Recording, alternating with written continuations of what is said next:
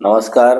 मी ज्योतिष योगेश्वरराव अगरवाल, श्रात्र ज्योतिष कार्यालयातून आपल्याशी संवाद साधत. आज आपण बघणार आहोत हनुमान जयंती, जी प्रभू हनुमंताचे आज जन्म झालेला आहे, त्याची पौराणिक कथा तसेच त्याचं महत्त्व काय काय आहे.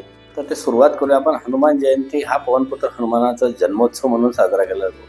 हिंदू पंचांगानुसार चैत्र महिन्याच्या शुद्ध पौर्णिमेला सूर्योदयाच्या वेळी अंजनी पुत्र हनुमानाचा जन्म झाला. 2026 मध्ये हनुमान जयंती ही 31 मार्च रोजी साजरी केली जाणार आहे. तर या सणाबद्दल आपण पारंपरिक आणि पौराणिक माहिती बघूया. तर पौराणिक संदर्भ किंवा जन्मकथा काय आहे, तर हनुमंताचा जन्म अत्यंत विलोभनीय आणि दैवी घटना म्हणून मानलं जातं. तर हनुमंताचा जन्म हा भगवान शंकराचे रुद्र अवतार असे मानले जाते. जन्मकथा म्हणाल तर अंजनी आणि वानरराज केसरी यांनी पुत्रप्राप्तीसाठी कठोर तपश्चर्या केली. त्याच वेळी पवन देवांनी आशीर्वाद बनून मारुती रायाचा जन्म तुमच्या पोटी होईल, रुद्राचा जन्म तुमच्या पोटी होईल असा वरदान दिलं. त्या वरदानाच्यामुळे त्यांना पवनपुत्र किंवा मारुती असे देखील पुढे संबोधले जाऊ लागले.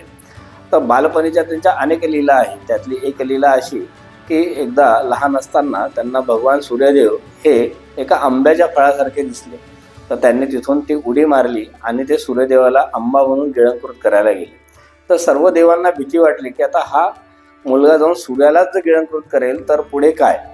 तर ह्या पूर्ण सृष्टीला, या ब्रह्मांडाला जे चैतन्य किंवा ऊर्जा देण्याचं काम करतात ते सूर्यदेवच नष्ट होतील, कारण तो रुद्राचा अंश आहे, तो काही करू शकतो, हे सर्वांना माहीत होतं. तर इंद्राने त्याच्या वज्राचा घात त्याच्या हनुवर केला, म्हणजे हनुवटीवर केला, आणि ते मूर्छित होऊन हनुमंत बाल स्वरूपातले हे पृथ्वीवर पडले. तर ते मूर्छित झाले असताना देवादिदेव, महादेव आणि इतर सगळं देवी देवता त्यांच्या आजूबाजूला उपस्थित झाले. माता अंजनीने फार मोठा प्रलाप केला. वानरराज केसरींनी प्रलाप केला की माझा एकुलता एक मुलगा हो, आणि त्याचं हे असं झालं. तर त्याच पद्धतीने त्यावेळेस जे उपस्थित सगळे देवी देवता होते त्यांनी भगवान हनुमंताला वेगवेगळ्या पद्धतीचे आशीर्वाद दिले, वेगवेगळ्या पद्धतीच्या शक्ती दिल्या, वेगवेगळ्या पद्धतीच्या त्यांचे अस्त्र शस्त्र हे त्यांना दिले. त्याचबरोबर त्या काही दिवसानंतर एक ऋषी जप करीत असताना, तप करीत असताना एका वृक्षाखाली हनुमंत त्यांच्या आजूबाजूला खेळत होते. तर खेळताना त्यांच्या तपामध्ये विघ्न प्राप्त झाले. तर विघ्न झाल्यामुळे त्यांनी हनुमंताला शाप दिला की तू जे काय तुला मिळाले ते सगळं तू विसरशील. त्यावेळेस सगळ्या देवी देवतांनी त्यांना विनंती केली की असा शाप तुम्ही त्यांना देऊ नका, कारण त्याचं कार्य फार मोठे. तर त्यावेळेस त्या ऋषींनी त्यांना उशाप म्हणून असं दिलं की जो कोणी तुला तुझ्या शक्तींची आठवण करून दिलं त्यावेळेस तुला त्या सगळ्या शक्ती आठवतील. म्हणून तुम्ही नीट ऑब्झर्व केलं तर प्रभू रामचंद्राच्या संपूर्ण कथेमध्ये जामवंत नावाचं एक कॅरेक्टर किंवा एक व्यक्ती त्यांच्या आजूबाजूला असायची की ती कायम त्यांना त्यांच्या शक्तीची जाणीव करून द्यायची. म्हणून ते पूर्ण समुद्र पार करून लंकेपर्यंत जाऊ शकले उडत.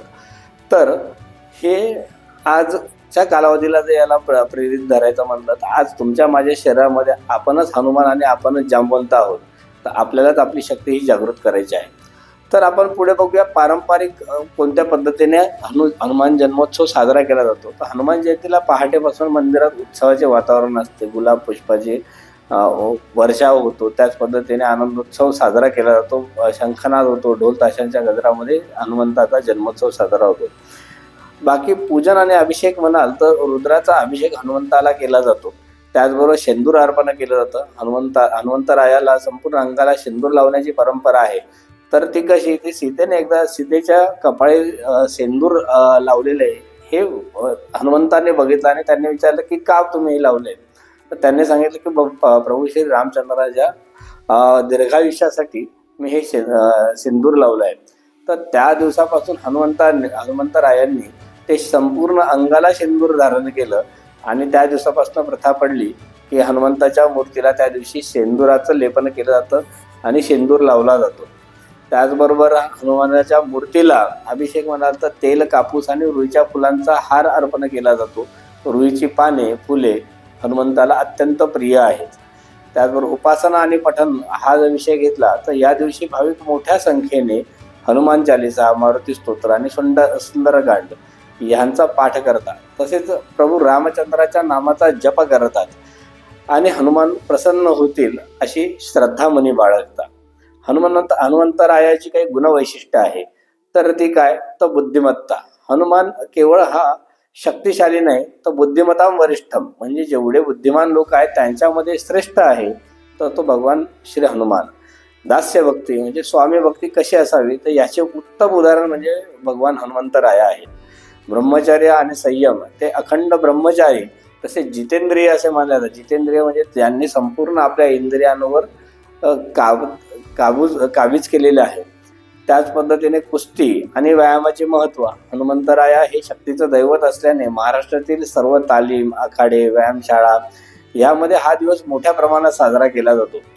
त्याच पद्धतीने हनुमंताचे त्याच दिवशी कुस्तीच्या स्पर्धांचे आयोजन केले जाते. तरुण पिढीला सुदृढ आरोग्य आणि व्यायामाची प्रेरणा मिळावी, या मागचा हा उद्देश आहे. विशेष नैवेद्य काय काय दिला जातो हनुमंतरायाला, तर सुंठवडा, जे प्रभू रामचंद्रांना आवडतं ते हनुमंताला 100% आवडतं. सुंठवडा, सुंठ, साखर, खोबरे, धने यांचं हे मिश्रण असतं.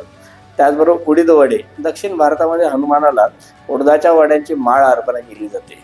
त्याचबरोबर बुंदीचे लाडू, हनुमानाला बुंदीचे लाडू नैवेद्य म्हणून अतिशय प्रिय आहे.